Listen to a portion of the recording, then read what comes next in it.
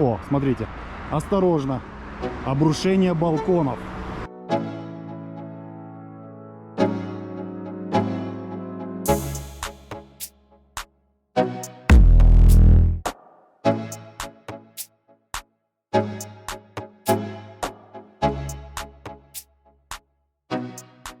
Ребят, всем привет! Я опять сегодня в Твери и приглашаю вас на прогулку. Это вторая часть моего видео. В первой части я уже прошел все основные зоны, но по улице Трехсвятской шел ремонт, и я свернул направо. Поэтому сегодня покажу вам дома и архитектуру, вокзал, плюс нет туристические места Твери. А хочу начать как раз таки с улицы Желябова, дом номер 30. Это вот этот деревянный дом, второй этаж, а первый кирпичный. Это у нас главный дом, а далее флигель. А вообще это городская усадьба Федора Николаевича Глинки. Сам главный дом был построен между 1856 и 1861 годами. Как видите, первый этаж у нас кирпичный, второй деревянный. В этом доме, вот видите, жил герой Отечественной войны Глинка. И здесь он провел последние годы своей жизни. Здесь сейчас музей. Это что-то далеко. Опять возвращаюсь на Трехсвятскую и пойду по ней как раз таки до конца. До реки Волга. Вот видите, ретро-техно-музей. Посмотрим, что изменилось, что тут они сделали интересного. Был ремонт, как я и сказал, все было перекрыто. Поэтому будем смотреть и наблюдать.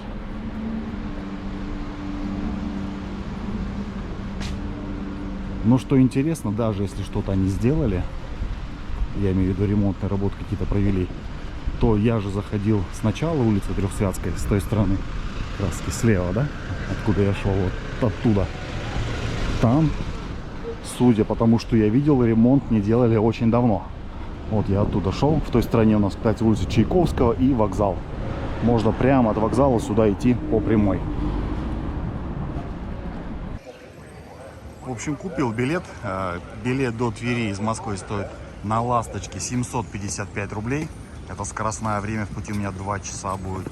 Есть еще обычная электричка, она едет 2 часа 50 минут, ну 3 часа. И разница 200 рублей.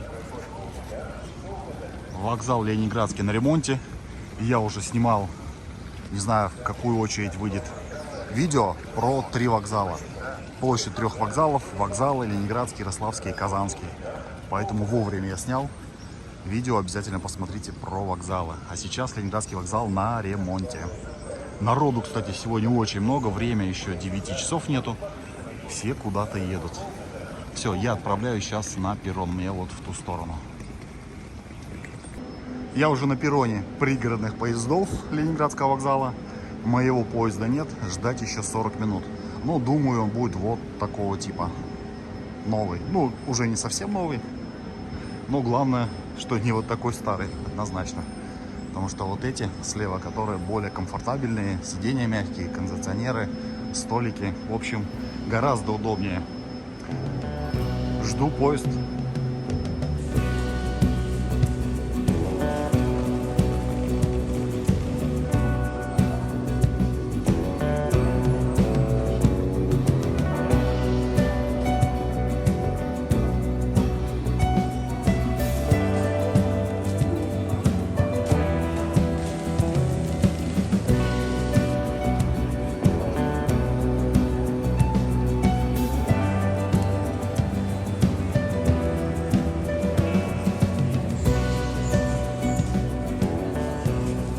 Пока поезд стоит, покажу вам, как выглядит обычный поезд, электричка. Это вот, который подешевле, на 200 рублей. Так выглядит моя электричка. Ну, в принципе, тоже уже обычная. Занял себе место возле окна. Что-то редко как-то прям народ повалил. И очень много народу, поэтому надо успевать еще места занять. На билете места не указаны. Кстати, ту электричку, которую я показывал обычно, она уходит раньше на 20 минут, а прибудет позже меня на 15 минут. Вот такой у меня экспресс. Это вот люди приехали, кстати, на поезде. Да, тоже поезд. Не вижу откуда. Туристы, наверное. Все, еду в Тверь. Вот, ребят, и Тверь. Это у нас старый вокзал 1848 года. Это, кстати, точная копия вокзала, который стоит в Клину. А вот там у нас новый вокзал. Сейчас я к нему пойду. Он в 1991 году построен был. Это у нас собор Александра Невского. Здесь вот такой переход. Нужно по билету выйти и пройти, наверное, под землей. Табличка «Тверь». Все с ней фотографируются. Вот он, новый вокзал, который был построен в 1991 году. На улице 21 градус, хотя сегодня утром было плюс 14 и очень сильный ветер. И это у нас собор Александра Невского. Я же иду сейчас в ту сторону, по улице Чайковского. Не знаю, пешком пойду или на автобусе, еще пока не решил. В той стороне у нас, ребят, вокзал. Это вот у нас улица Чайковского. И здесь резко обрывается асфальт. Куда он делся? Не знаю, стоптался, наверное. Небольшая зеленая зона. Видимо, раньше был такой парк, сквер. Ну, сейчас вот такое. Здесь действо. С левой стороны у нас рельсы. Скорее всего, раньше здесь трамвайчик бегал. Ну, теперь вот так. Грязь. И решил я пройти все-таки до центра пешком. Посмотреть и вам показать город. Тот, который в первой части я, конечно же, не показал. Ох, какой ветер сильный. Ну, дальше идти невозможно. Я вот сворачиваю вот в этот парк. Здесь тоже особо тропинок нет. Хотя вот есть тропинка, куда-то идет в центр. А вот к этим памятникам две скульптуры стоит. Кто это у нас? Сейчас прочитаю. Кирилл и Мефодий. Да, памятник Кириллу и Мефодию. Идут вот туда, видите, тропинки. Но я иду вот по экотропе, назовем ее так. С левой стороны болото. Ну, странное, конечно, решение. Наверное, у властей нет денег здесь облагородить. Хотя это вокзал. Вот у меня вокзал. Буквально я отошел 5 минут. А вокзал, как вы знаете, это лицо города. Я считаю, вокзал и кладбище, вот это и есть лицо города. Они все должны быть во всех городах идеальными. Ну, зато, смотрите, лавочки и мусорка. Лавочки и мусорка. Ну, сидит кто-то, вот бабушка сидит, женщина, наверное, путешественник с рюкзаком. По правой стороне дом у меня. Куда меня этот сквер, вернее, тропинка из этого сквера приведет? А, ну там, да, еще тоже вижу продолжение тропинки. Ну, в общем, вот так. Иду. Будет у нас такая туристическая, не туристическая. Можете сами сравнить со своими городами, где вы проживаете. Конечно, здесь можно было бы все это сделать более красиво, аккуратно. Многие из вас писали, я имею в виду те, кто проживает в Твери, как у вас в городе. Ну да, я сам все вижу. Зрители мои тоже видят, что и как. Видно, что у города хозяина нет. Но ощущение, что у него вообще никогда хозяина не было. Наверное, все-таки ваши слова подтверждаются. Я не ищу плохих мест, я просто вышел от вокзала и пошел в сторону Трехсвятской. Поэтому можете не писать, что я ищу там какие-то плохие, некрасивые места. Вот обычный город, где живут и ходят всегда обычные люди. Ну, понятно, что не туристы. Опять же, я иду по Твери и не сравниваю ни с каким городом, ни с Москвой, ни с другими городами. Просто иду и показываю вам все, что вижу. Вот смотрите, заканчивается у меня дорожка. И, видимо, мне нужно перейти сейчас вот на эту дорогу и идти здесь. Ребят, дошел до, я так понимаю, сквера Победы. Памятник защитникам Отечества, 41-45 годы, Вторая мировая война. Это церковь Александра Невского. И здесь такой прям рай мостов. 4 моста. 2 пешеходных, вот раз-два. Здесь еще один автомобильный. И за ним еще один автомобильный. И река. Река Тьмака. Там далее река Волга. Вот где теплоход плывет. И, кстати, за теплоходом как раз таки на той стороне пляж. Песочек, люди загорают. Красота. Сквер вот такой большой. Даже не сквер, наверное, это площадь все-таки. Больше похоже на площадь. И я предполагаю, что я уже в районе Пролетарском. Местные ребят, напишите. Вроде как так. А где я начинал, как раз таки, где железнодорожный вокзал, предположу, что это у нас железнодорожный район. Ну, обычно так. Где вокзал, железнодорожный район. Вот такой сквер, площадь. И мне нужно прямо. На той стороне тоже небольшой парк. Вижу памятник кому-то. К сожалению, не знаю кому. Прочитать не могу. Далеко. Ой, какой ветер вообще. Очень сильный. Здесь тоже вот речка у нас. Заводь такая. Вижу, рыбаки рыбачат, камыши.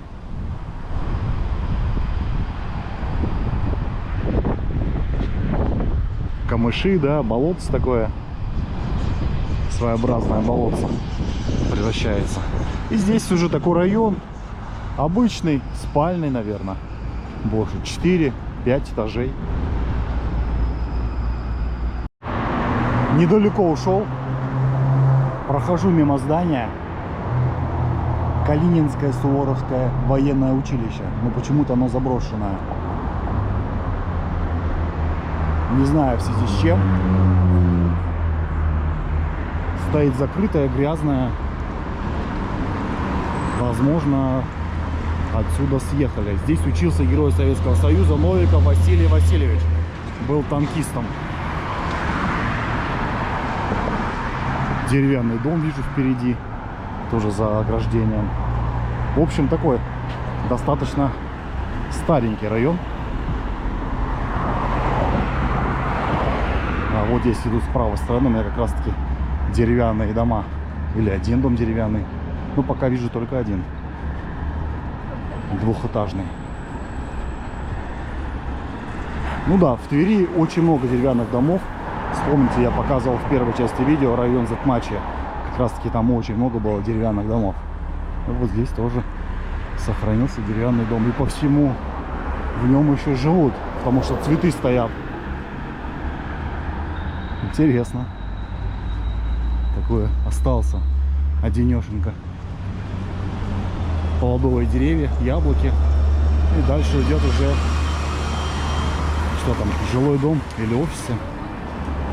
Спецмонтажстрой. Офисное здание какое-то.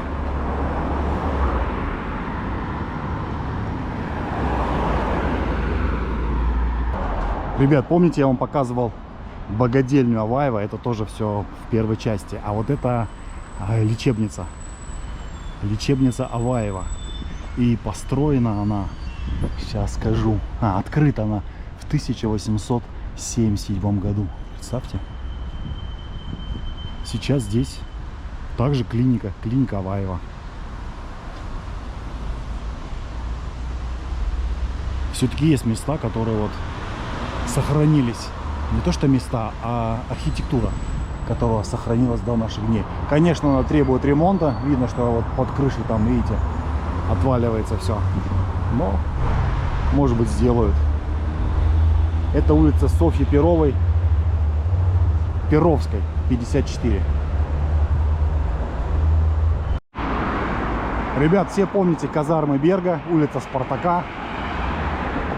И как меня там девушка просила, жительница, показать тротуары, да, вот я решил здесь пройти тоже. О, смотрите, осторожно, обрушение балконов.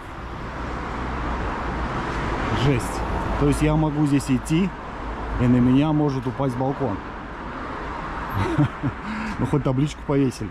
Правда, ее не все прочитают. Да, и вот сегодня я на Тверь взглянул совсем другими глазами. Увидел ту Тверь как пешеход. Если в первой части я ездил все-таки на машине, здесь тоже осторожно, обрушение балконов. Если в первой части я ездил на автомобиле, как бы из окна автомобиля все совсем по-другому. Плюс я ездил все-таки больше по туристическим местам. Вот домик заброшенный, деревянный. Здесь же я хожу вот просто там, где вы точно ходить не будете. И по факту вот я иду как житель города. Вот по такой дороге, по такому тротуару. На той стороне, видите, девчонки тоже ходят то вверх, то вниз. Видимо, там дорожка петляет. Протоптанная, скорее всего. Не асфальтированная, а протоптанная. Вот так. Здесь вообще песок уже пошел. Значит, зимой, весной и осенью после дождя здесь грязь и срач. Улица Спартака. Слава Руси. Да, слава Руси. Вот впереди ремонтные работы какие-то идут. Что-то перерыли и бросили. Впереди с правой стороны отель и кафе. Это еще и автобусная остановка. Может, когда-нибудь поставят автобусную остановку. И, кстати, впереди меня, получается, должен быть железнодорожный вокзал. А по левой стороне, возможно, какой-то парк, что ли. Закрытая территория за забором. А вот здесь уже произошло, наверное, обрушение балконов. Где-то сверху что-то сыпется. Тоже дом старый. Очень старый. Балконы, смотрите, какие узкие. В общем, опасно ходить. И по левой стороне, вот за дорогой, за проезжей частью, остатки, железнодорожные остатки, наверное, это трамвайные пути. Местами они есть, местами их нет. А вот здесь уже новостройку строят. Да. Вот такая она Тверь. Разная. Красивая, страшная, грязная, чистая. Китай, Корея, сервис. Это автомобильный сервис. Вот стройка. То есть они выезжают отсюда грязные и сразу все на проезжую часть вытаскивают. Сейчас уже скажу про Москву. Я понимаю, что не во всех городах так делают. В Москве так делают. Я думаю, больше нигде не делают. Если со стройки автомобиль выезжают, его моют, колеса все это обмывают, отбивают грязь, и он выезжает чистенький, чтобы не загрязнять, потому что здесь очень грязно, пыльно. Я прямо сейчас заметил, какой все-таки грязный город Тверь. Вот прям сегодня видео такое. Камень в огород Твери, можно сказать.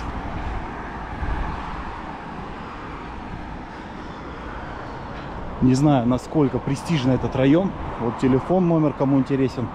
Можете позвонить, узнать, сколько стоит квартира в новостройке.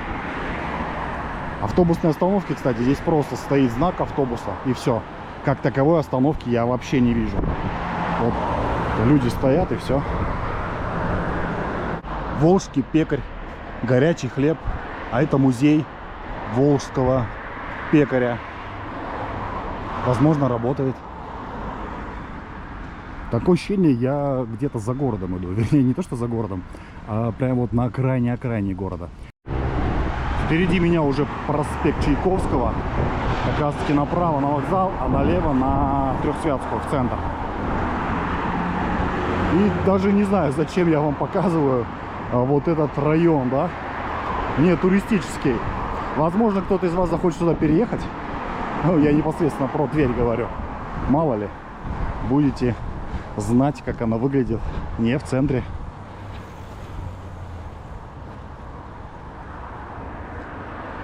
Ощущение, что я где-то прям на окраине. И вот только сейчас подхожу в самую такую оживленную часть города. Так, ну все, продолжаем тогда гулять по центру. Чтобы вы понимали, впереди меня уже улица Трехсвятская. Так называемый Арбат. Это вот такая пешеходная зона. С правой стороны забор, с левой машины. А, еще столбы стоят посредине. Как тут люди с колясками ходят, непонятно. Вот здесь у нас так, счет я вам уже показывал. Это у нас такая повторная, да, прогулка по началу этой улицы. Так, тут что-то у нас не уложена плитка. Возможно, суть была ремонт именно начать с середины. Возможно, я ошибаюсь. Сейчас все посмотрим. Вот видите, впереди у нас люк, и здесь все открыто. Странно. Вместе летом. Погода уже совсем не летняя, осень на дворе, но солнечные дни пока еще радуют. Народу вижу впереди много очень. Все открыто. Я имею в виду дорога. Значит, пойдем как раз таки до конца. Вижу памятник Ленину, по-моему. Вот к нему мы идем. А, еще покажу вам пуп Твери.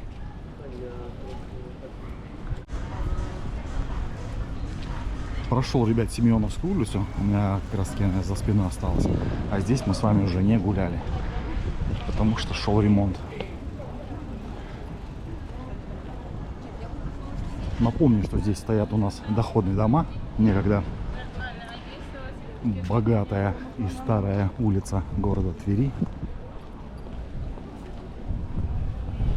Но по факту она ничем не отличается. То, что мы видели в начале. Идут дома слева-справа, улица, которую пересекают автомобильная дорога. Сейчас, по-моему, будет как раз таки бульвар. Да, выхожу я на бульвар. И пойдем мы с вами налево. Мы по этому бульвару с вами уже ходили, только вот в той стороне. Буквально через улицу, наверное, параллельно иду.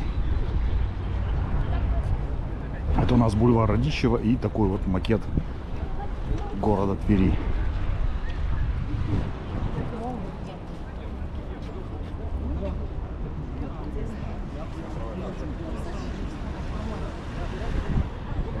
А мы с вами пойдем налево.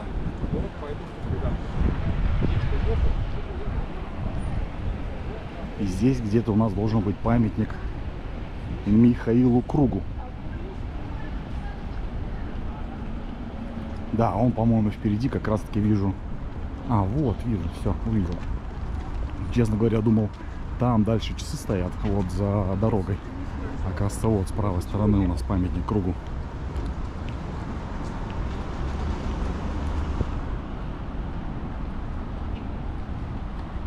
Все фотографируются. Цветы кто-то положил. Гитара.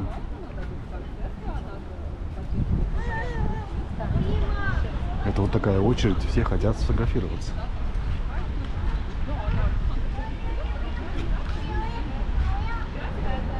Напомню, что Михаил Круг родился здесь, в Твери. По-моему, в старой части именно города есть дом, где он жил. И вроде как он деревянный, местный, ребят, напишите. По-моему, я такую информацию находил. Старый деревянный дом. А, еще у Михаила Круга настоящая фамилия Воробьев. И он, к слову, никогда не сидел в тюрьме. И якобы есть такая история, что откуда он брал свой сленг. Так он нашел или купил, по-моему, приобрел, да, словарь для внутреннего пользования НКВД 1924 года. Вот оттуда он и брал все эти слова, выражения.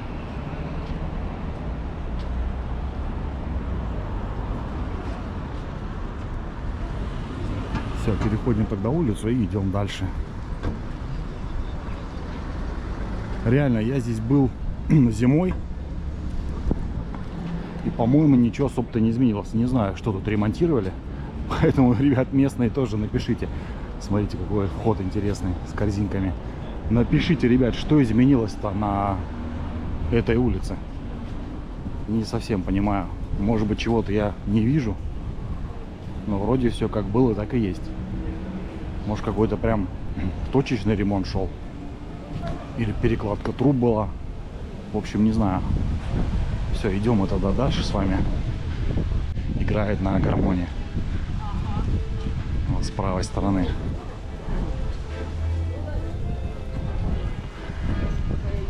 Да, на таких улочках обязательно должны быть гармонисты, потому что они придают некий шарм такой. А вон там какой-то маленький фонтан. Что-то все его снимают. Сейчас сниму мужчинку, как он играет.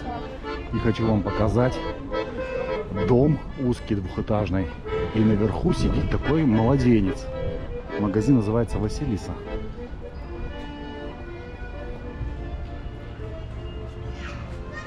Сидит ребенок голышом и читает книжку. И показывает пальцем куда-то. Вот такой интересный дом. Трехсвятская, номер 28. Пальцем показывает в ту сторону.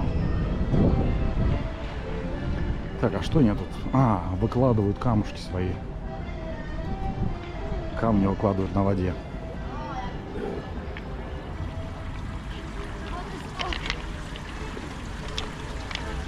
Вот откуда вода идет.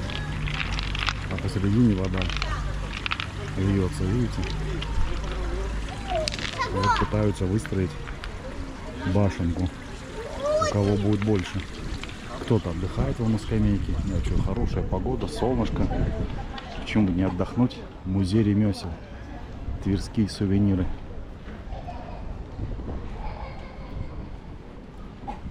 Так, это у нас что-то, наверное, наподобие выставки. Нет, это не выставка. Это, скорее всего, продажа картин идет. Местные художники, наверное, выставляют здесь картины и продают. Вот какая интересная инсталляция. Такой мост через рамку, сквозь рамку. Да, и впереди памятник Ленину, как я и говорил. Так, знаете, хочу что я вам показать? Я хочу вам показать еще Тверской пуп.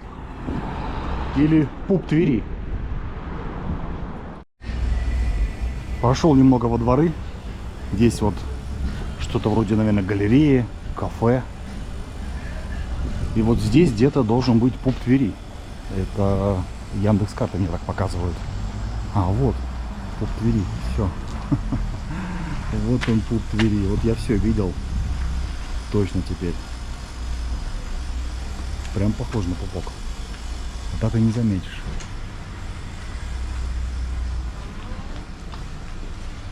Смотрите, ковер висит. Гитара, ну, то, что от нее осталось. Квадратура Михаила Круга. Радиоприемник, дверь узкая, пылесос, зонтик, телефон. Ну и рядышком пуп Твери. Кому интересно, пуп Твери, Новоторжская, 12 во дворе.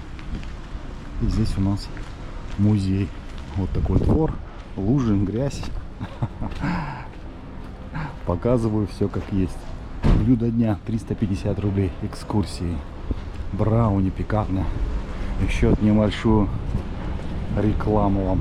Но я туда не заходил, поэтому не знаю, как там кормят.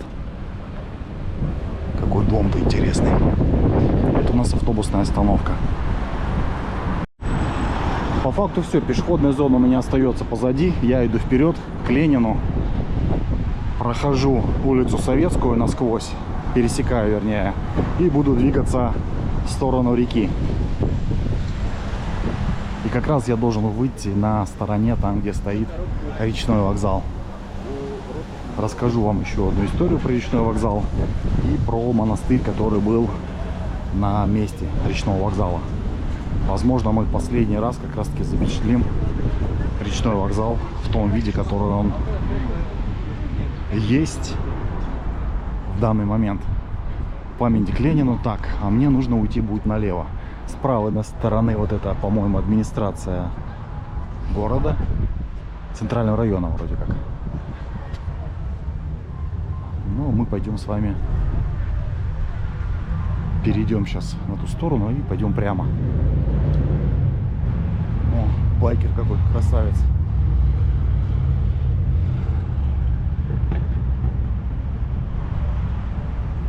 Банк России на той стороне, вижу, написано. И вот здесь мне надо перейти. Все вы, наверное, знаете, что у нас самое большое количество памятников в стране, да не то что в стране, в мире, это Ленину. Это единственный человек, у которого памятников, по-моему, реально больше всех в мире. По той стороне, если мы пойдем, вернее, в ту сторону, там у нас будет Путевой дворец. Мы с вами его уже видели. О, смотрите, в этом здании служил вице-губернатором Тверской губернии великий писатель Салтыков-Щедрин. Вот, видите, я даже не знал. А давайте сейчас к Ленину пройдем и уйдем налево. Пойдем как раз таки вдоль стареньких домов. Что касается Ленина, фигура такая, прямо сказать, как сказать-то помягче даже, неоднозначная, противоречивая. Но этот человек по той истории, которую я знаю, которая вскрыта, наверное, да, ее, сейчас еще раз покажу вам сзади.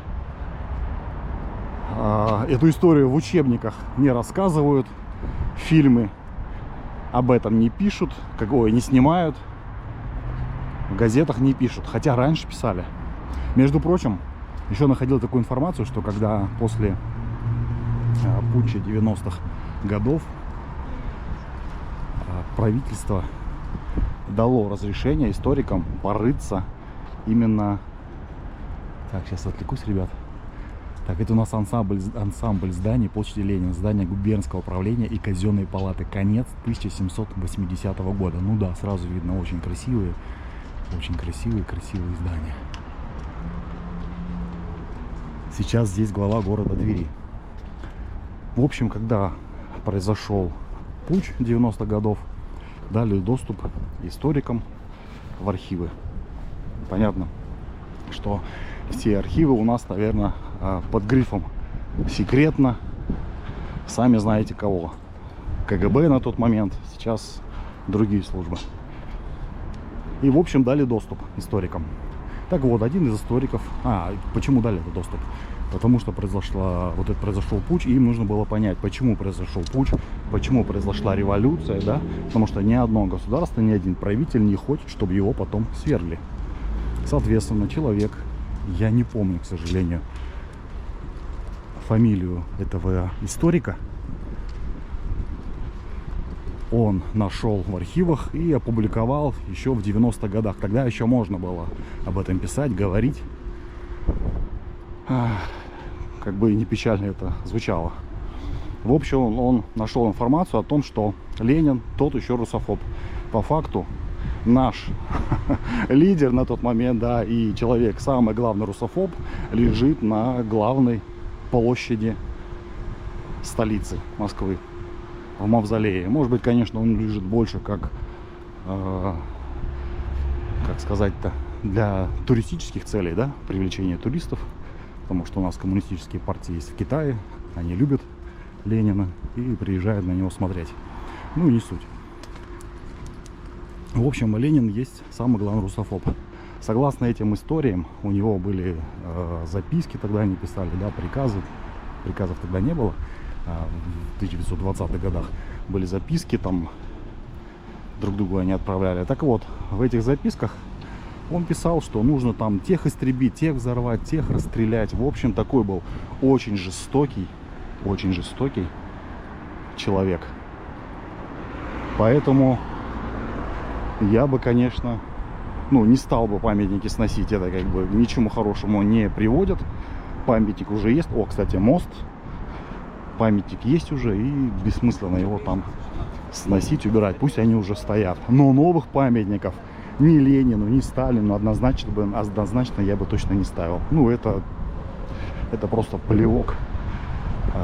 Не знаю, как, не в душу, наверное, но может быть даже и в душу тем, кто пострадал от этих репрессий. Особенно зверства были в Хакасии, Там прям очень жестко с ними расправлялись. Гайдар тоже присутствовал. Ну, конечно, исполнял указания, да? Красный командир. Сколько там? 16-18 лет было. Кстати, это у нас набережная Степана Разина. Я иду только в другую сторону. В прошлый раз я поехал налево, но позади меня. А сейчас иду в эту сторону. Вот такие вот дела. Это так, история, ту, которую я знаю. И с вами поделился. Смотрите, яхты какие. И вот у нас стоит большой-большой круизный лайнер, наверное. Михаил Танич. И речной вокзал.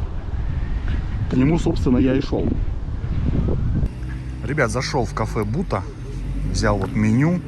Живу здесь недалеко, поэтому решил сразу пообедать. И потом пойдем гулять с вами. Так, горячее блюдо, мясо, птица. Я хочу сначала супы, что-то на первое вот горячего. Куриный с лапшой, чечевичный, даже бара, борщ, нет. О, хочу грибной крем-суп. Да, сейчас закажу себе грибной крем-суп. И тут же был у нас, по-моему, плов, я видел. Да, узбекский плов, курица, яичница, хинкали. Что еще есть? О, донар. И, возможно, закажу донар себе в хрустящем багете. Либо бастурму. Сейчас определюсь. Давайте полистаем менюшку, посмотрим, что здесь еще есть. Мангал, хлеб и выпечка. Так, это у нас кебаб, крылья на мангале, гарниры. Так, это у нас шашлык из лосося. В общем, рыбное такое меню. Картофель, пицца есть, напитки. В общем, жду официанта и поделюсь с вами вкусами. Ребята принесли мне мой обед. Это у меня грибной суп, сыр, сухарики, влажные салфетки. Это у меня донар. Донар, правильно, хрустящий. Такой булочки с говядиной. Покажу вам. Вот такая красота. Сейчас попробую. Вот такая подача, тарелочки. И начну я с сырного супа. У меня получается сегодня, знаете, кухня восточная и европейская. Европейская, потому что суп, крем-суп придумали именно сырный то ли во Франции, то ли в Швейцарии. Вот они борются за это место, так сказать, кто это придумал. И восточная. Все, я тогда начинаю свой обед. Всем приятного аппетита. Вбухну-ка я сразу сюда сыр и сухарики. И все это дело перемешаю. Вот так выглядит крем-суп. Обожаю крем-супы. Это у меня грибы, картошка здесь и сыр с сухариками. Всем приятного аппетита. Так, сейчас попробую. Чувствуется вкус насыщенный. Очень вкусно. Всем советую. Легкий, нежный. Сыр тянется. Правда, еще не совсем успел расплавиться он, но тем не менее. Вот видите, тянется сыр. Очень вкусно. Все, ребят, я ем и потом поделюсь впечатлениями о донаре. Слушайте, суп прям бомба. Очень вкусный, нежный. Прям нежный-нежный. Все, приступаю я к второй части моего обеда. Донар. Хрустящей такой булочки. Еще раз вам вид. Так, напомню, это у нас говядина. Ну, чувствуется прям вот такой прожаристый. А, кстати, почему я решил начать-то? Не то, что начать, а не показал вам пожарскую котлету, да? Наверное, исконно такое тверское блюдо. И чонар, по-моему, еще есть. Я не нашел, кстати, где находятся такие заведения, где подают именно чонар тверской. Поэтому, ребят, накидайте в комментариях, я в следующий раз буду в Твери и обязательно отведаю это блюдо. Так. Вот такая большая булка. Не знаю, осилю я или нет, но должен. Пахнет, конечно, вкусно.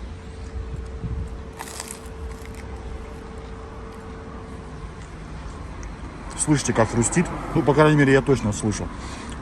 Лучок маринованный, как в шашлыке, знаете, придает такой пикантный вкус. Булочка, вот этот хлеб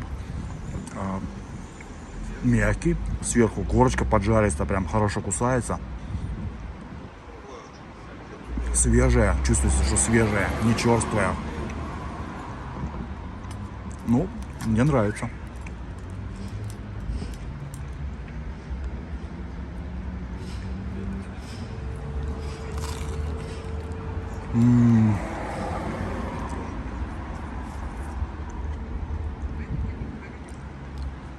Да, такое блюдо надо руками есть. Пальчики оближешь.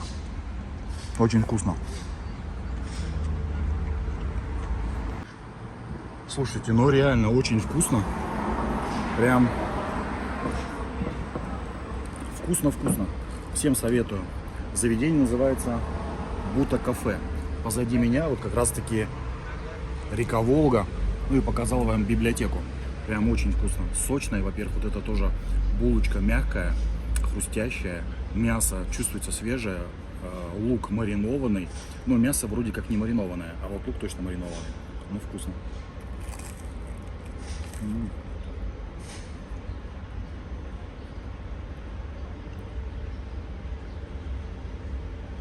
Видите, прям на гриле поджарена булочка с этой стороны. Ребята, отобедал, все было вкусно, сытно, наелся до вечера однозначно. Сейчас иду тогда на речной вокзал и продолжаем нашу прогулку по Твери. А потом, скорее всего, вернусь сюда, отведу еще раз крем-супа сырного и уже отправлюсь в Москву. Ребят, на той стороне стоит у нас Свято-Екатерининский женский монастырь, а я переместился поближе к речному вокзалу. Кстати, переночевал в гостинице, получилось у меня задержаться здесь.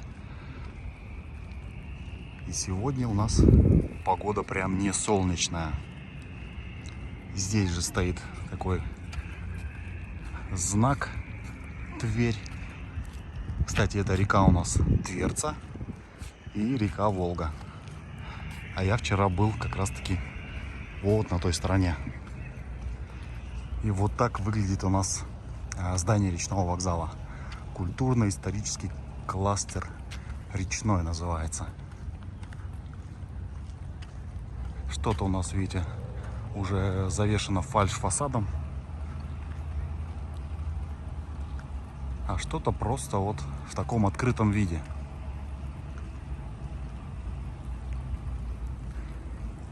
Давайте немного историю расскажу об этом месте вообще, где находится речной вокзал. В общем, здесь когда-то было древнее поселение человека. И в ходе раскопок на этом месте были найдены монеты, артефакты, которые датируются, ну, берут свое начало еще с 12 века. Есть у нас вот такая табличка набережная Волги у речного вокзала. Также отмечено, видите, у нас основные достопримечательности. Кстати, сейчас пойду я на улицу Горького 3, но пройду сначала мимо собора. Так, возвращаюсь. И тут же на этом месте стоял монастырь. Я как раз таки иду сейчас к собору, про который тоже расскажу. В общем, вот так выглядит само здание. Ну, надеюсь, начнут его реставрировать и все-таки восстановят.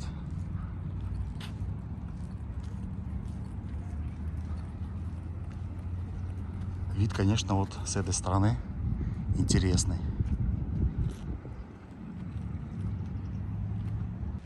Обошел здание речного вокзала с другой стороны. Вот так он выглядит. Посмотрите, между колоннами даже сохранились еще буквы. Написано «Речной вокзал». И что интересно, оградили его аж 2 заборами. Вот этот сетчатый, и там у нас металлический идет. Ну да ладно. И вот это у нас собор, Успенский собор. И он входил в монастырский комплекс. То есть у нас вот эта вся территория раньше когда-то принадлежала монастырю. Кстати, собор построен был в 1722 году. И здесь когда-то на территории стояла деревянная церковь, ну, которая, конечно же, не сохранилась. И в ней Малютов Скуратов задушил патриарха. Вот и имеется у нас табличка «Памятник архитектуры 18 века». Сейчас попробую во двор туда зайти. Успенский отрочь монастырь. Вот тоже нам табличка указывает. Сейчас туда пройду, тоже вам покажу. Там памятник стоит. Интересно, да? Справа у нас собор стоит, а с левой стороны сразу многоквартирный дом. Вы можете посмотреть видео у меня на канале, которое называется «Остров рядом с Кремлем». Я в нем как раз таки показывал дом, где жил и пытал Малюта Скуратов. И в том доме, где он жил, есть, может быть, действительно сейчас есть, ну когда-то точно был подземный ход, который вел в храм Христа Спасителя.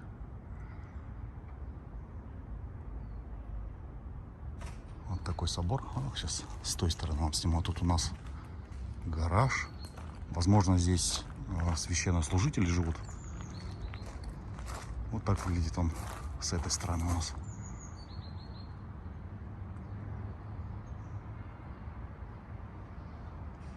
И пойдемте вот к тому памятнику.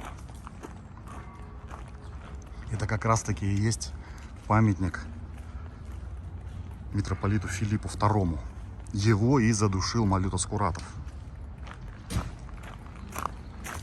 А вообще его сюда сослал Иван Грозный, так как он впал в немилость, когда выступал против опричнины. В общем, ссылка у него такая здесь была. Вот у нас указано и расписано про Успенский отрочь монастырь.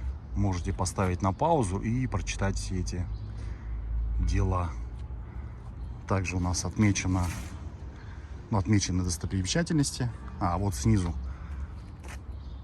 также церкви, музей Тверского быта. Вот, пойдемте сейчас в музей Тверского быту. А еще посмотрим памятник Афанасию Никитину. И тоже расскажу про него историю. А сначала давайте взглянем на вот этот памятник. Митрополит Филипп II.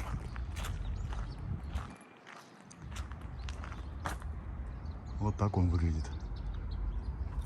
Что интересно, нет никакой таблички. Какой-то знак, что ли, смотрите. Напоминает букву то ли Д, то ли звезда.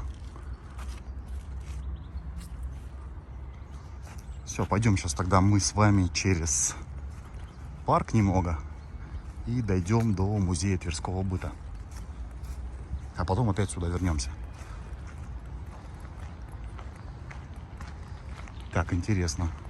Здесь вообще дорожки нет. Просто, видите, накатал автомобиль. Дорожки у нас там идут. Первая там возле реки ближе. Здание речного вокзала. Ну, я пойду так уж, ладно. Дойду сейчас вот до той аллеи. Поднимусь, наверное, наверх. И пойдем в музей Тверского быта. Посмотрим, что там интересного. Ну, а заодно вы сами посмотрите, как выглядит вот этот парк. Набережная. Покажу вам еще мост, который я в прошлой серии, в первой части прогулки по городу Твери, вам показал издалека. Это тот мост, который я сравнивал с мостом Свободы, который находится в Будапеште. Я еще найду фотографии обязательно из личного архива. Я фотографировал этот мост, когда был в Будапеште. Возможно, еще видео есть. И также вставлю потом видео. Посмотрите. Сами сравните, похож он будет или нет. Ну, мне кажется, прям копия его. Так, здесь у нас цветочки. Такая аллейка, да? И туда пойдем. Технический университет.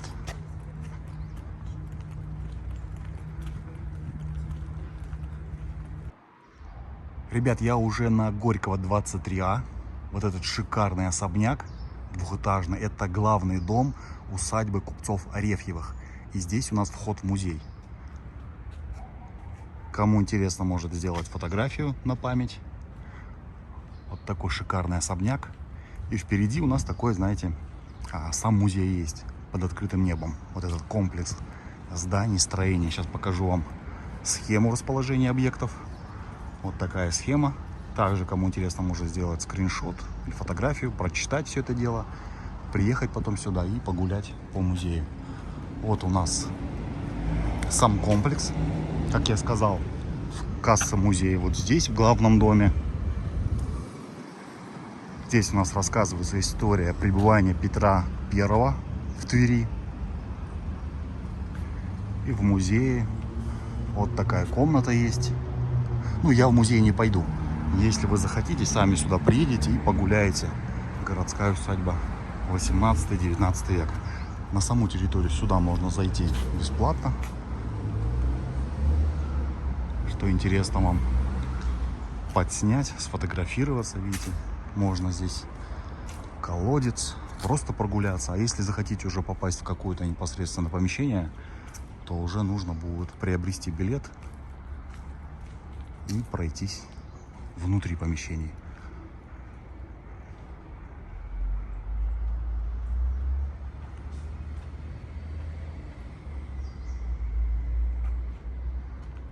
Также можно сфотографироваться. Здесь, видите, показывают какие-то фильмы документальные. Правда, лавочка одна, но тем не менее она есть.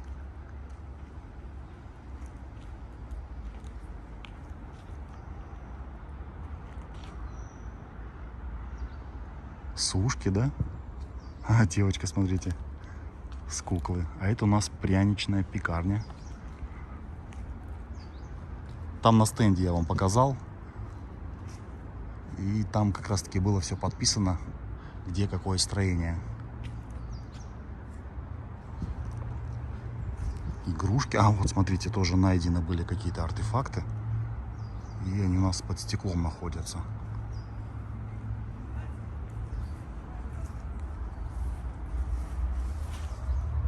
Какие-то колбочки.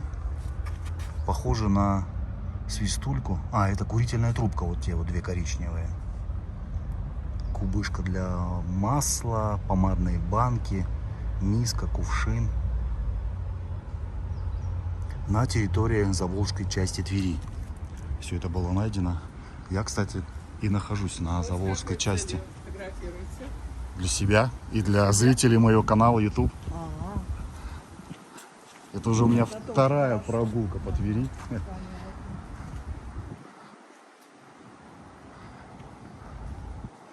Так, и дальше пойдемте. Что у нас справа? Справа у нас сам бар. Также видите фотографии, ну не фотографии, а наверное, плакаты, да, людей почти во весь рост. И вот еще один главный дом. Но туда мы с вами не пойдем. В общем, вот такая красота. На самом деле здесь интересно пройтись. Поэтому будете в Твери, приезжайте. Спасибо. Будете в Твери, приезжайте, заходите. Сами воочию все посмотрите. Я же направляюсь дальше. Я уже переместился в сквер. С правой стороны у меня там идет набережная Афанасия Никитина. Там у нас Афанасий Никитин памятник. С той стороны у нас река Волга. Улица Миллионная. Конечно, с этой стороны вид открывается на ту сторону более интересный, красивый, потому что все-таки все исторические здания как в ряд выстроены по той стороне. Чертово колесо. Вот такой сквер. И на этой стороне сквер. Он более ухоженный, что ли, выглядит, чем там, где речной вокзал. Давайте пройду сейчас в серединочку и пойду вот по той тропинке. Как раз таки к памятнику. Какие-то развалины, камни большие. Таблички никакой нет. И с этой стороны тоже. Что бы это означало? Местные ребята, если знаете, напишите. Вот, смотрите, какая аллея. И позади меня. Там фонтан, но он закрыт.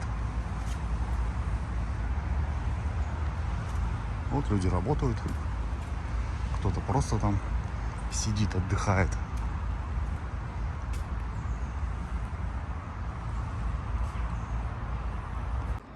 Вот и памятник Афанасию Никитину.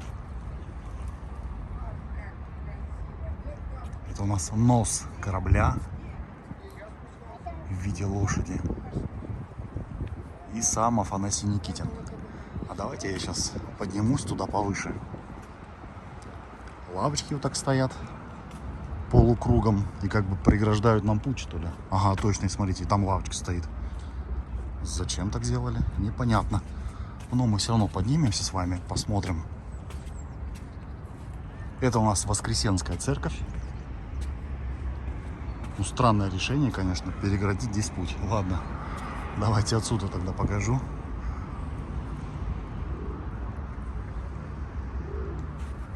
Вот такой вид. Ну и пойдемте к мосту тогда, вот к тому металлическому. И по пути уже расскажу про Афанасия Никитина. Афанасий у нас был купцом тверским, путешественником, писателем. А вот этот памятник открыли в 1955 году. И что интересно, в 2002 году ему поставили памятник в Индии. Там же есть улица, названная его именем. И в Индийском океане находится подводная гора Афанасия Никитина. Давайте еще раз вам вид. Ну, смотрится интересно вот так, если. Вот. Да, интересно смотрится. Ну и пойдем сейчас вдоль набережной. И поднимемся на старый Волжский мост.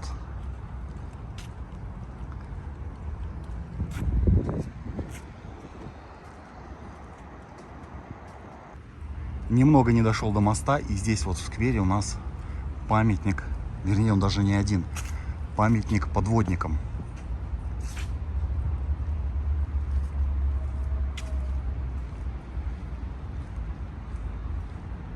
Торпеды, мины.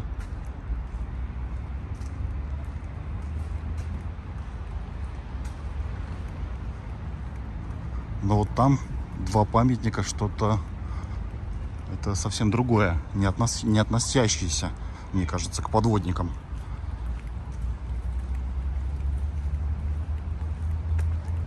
Ну, таблички никакой нет.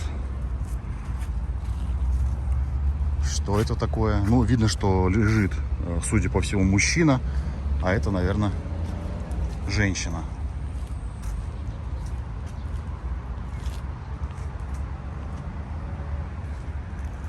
Ну и давайте поднимемся на мост. Сначала посмотрим вот на эту штуку.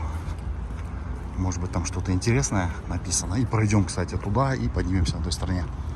Так, 1766 год, я так понимаю. Проспект строящегося города Твери. С приезду от Санкт-Петербурга. Казаков.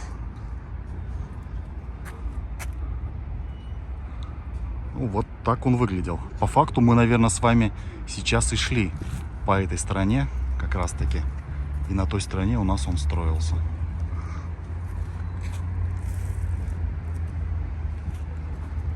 И вот что построили в те времена.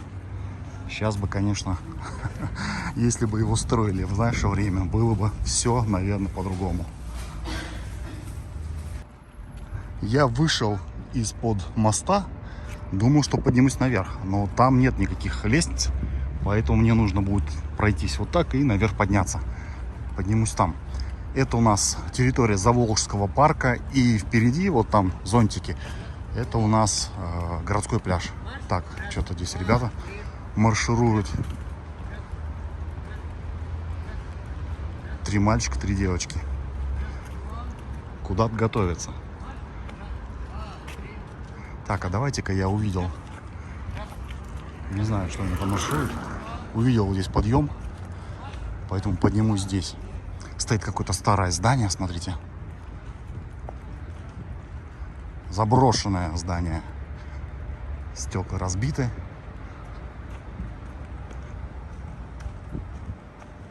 И дорожки по факту здесь нету. Ну, когда-то была, сейчас вот так. Все это дело здесь выглядит. И пахнет здесь не очень. Соответственно, пахнет. Набережная Никитина. Ох ты, смотрите, там еще старые здания у нас пошли тоже. Не менее интересный дом с колоннами. Но более такие уже современные, 20 век. Иду прямо и попаду на мост. Пришел к мосту наконец-то. Хотя можно было сделать вот так, наверное, как мужик. А, он денежки просит. А я думал, он перебегает дорогу через мост. В общем, по Заволжской части, по факту, я прогулялся совсем немножко. Показал там, что там, речной вокзал, храм, музей тверского быта, ну и набережную.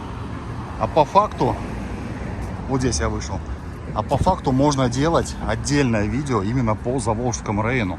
Наверное, надо также прогуляться потом по нему. Вы пока любуйтесь старым Волжским мостом. Как сказал, прикреплю фотографии моста Свободы в Будапеште. И сами все сравните. Этот мост был установлен в 1900 году.